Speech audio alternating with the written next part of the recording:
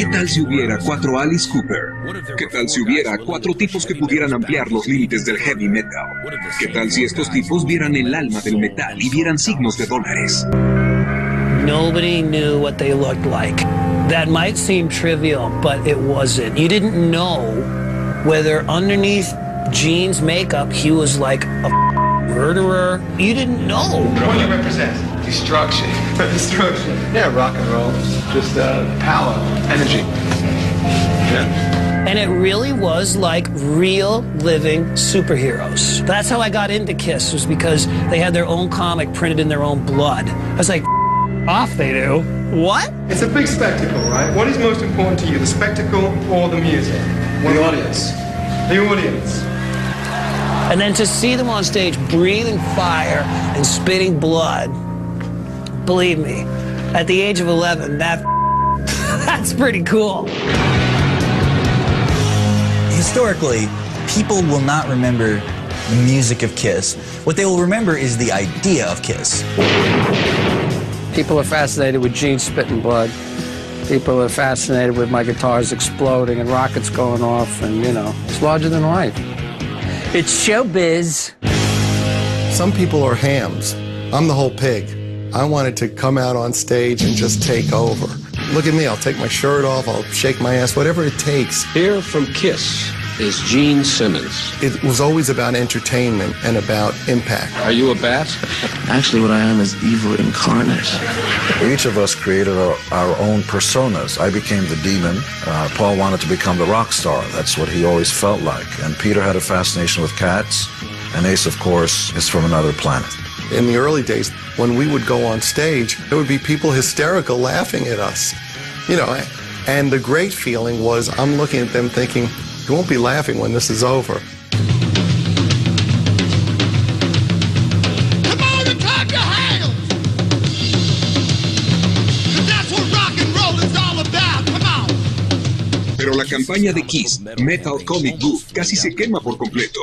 En 1975 estuvieron de gira sin parar, pero su llamativo espectáculo no se refleja en la venta de los discos. A punto de perder su contrato, tomaron una decisión arriesgada. Sacaron a la venta el primer disco grabado en vivo de heavy metal. You wanted the best and you got it! The hottest band in the land, Kiss! The beauty of it is you feel like you're at a concert, and the bombs going off from the opening intro to the last bomb, you can almost feel like you get contact high listening to that record. Kiss Alive vendió más de 4 millones de copias y llevó a la banda al mega estrellato.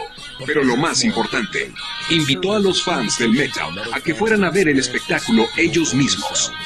People always ask me, what's the best concert you ever saw? And I always say, are you counting Kiss concerts?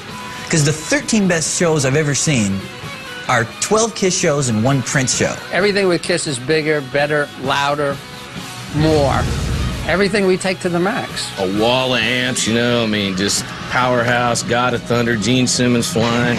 It's amazing. Oh my God! And then the blood in it explodes the fire, Gene Simmons! I want to fly to the ceiling. I want to blow fire. I want to spit blood in your face. I got on the yellow brick road, and I went down the wormhole, and I've never returned since.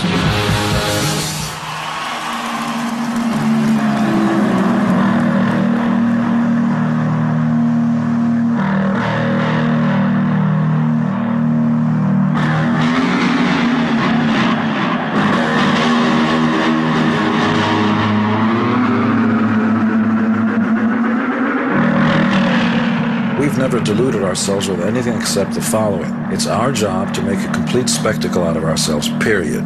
Stand guilty as charged of the harshest criticism. Those guys make a complete spectacle out of themselves.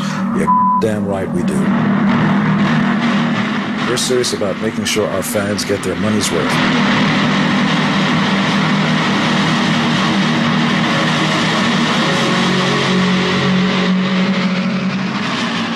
Después del Live Album vino el disco de platino Destroyer en 1976 y al año siguiente una encuesta lo confirmó. Kiss era la banda más popular en Norteamérica.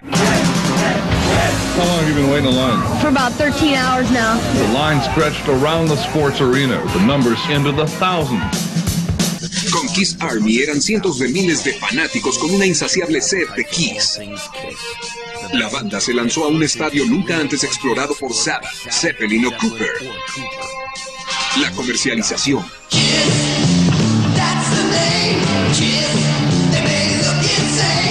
Kiss. Cha-ching. This is Kiss, each sold separately. T-shirts, posters. If they made it, I bought it. Put them in any crazy pose you want. A Barbie doll, a sleeping bag, a lunchbox. I mean, after a while I go to the office next, I'd see some of this stuff, I go, no, they're not going to put that out. They go, oh yeah, this is going out. Kiss, each 12.5-inch figure sold separately by Mego. You know, when we started with merchandise, it was considered very uncool.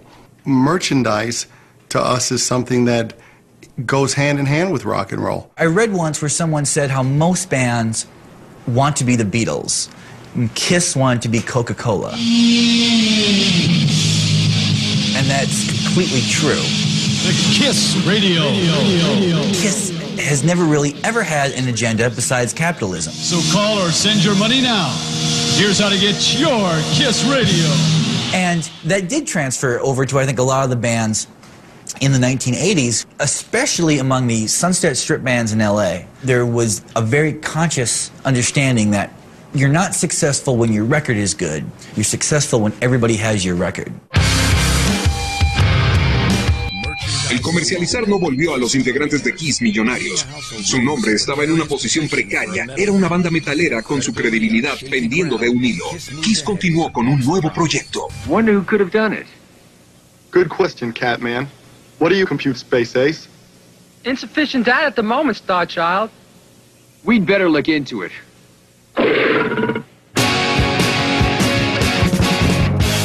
Kiss Meets the Phantom started with a great idea. Let's make a movie that crosses Star Wars and A Hard Day's Night. Conceptually, it sounds great. When you realize that there was a script and there were lines to memorize and none of us had the slightest clue as to what it took to act, the whole project turned into a debacle. I mean, it was just a disaster. We've got to find Devereaux. That's cool with me, Star Child. I'm down to my last few lives. I remember being at the screening of it, and by the end of it, I was so low in my chair that I wanted to, like, crawl out of the theater.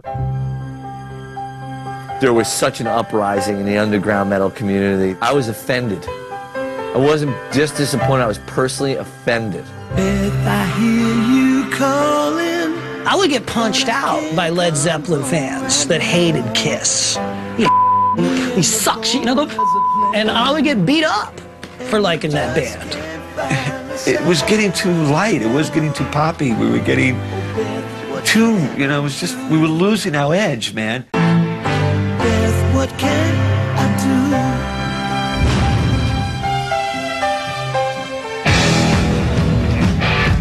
It's not often you see a little guy with a guitar and shorts running around in the audience. The great thing about Angus Young, this whole schoolboy shtick, he represents this eternal youth in all of us.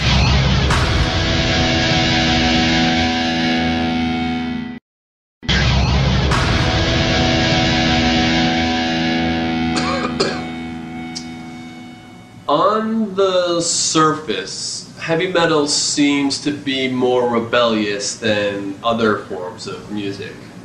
Is it? Yes. Rock and roll is rebellion with no cause, just for its own sake. We won't please Mum and Dad America, you know. Well, I tell you what, Mum and Dad America has that.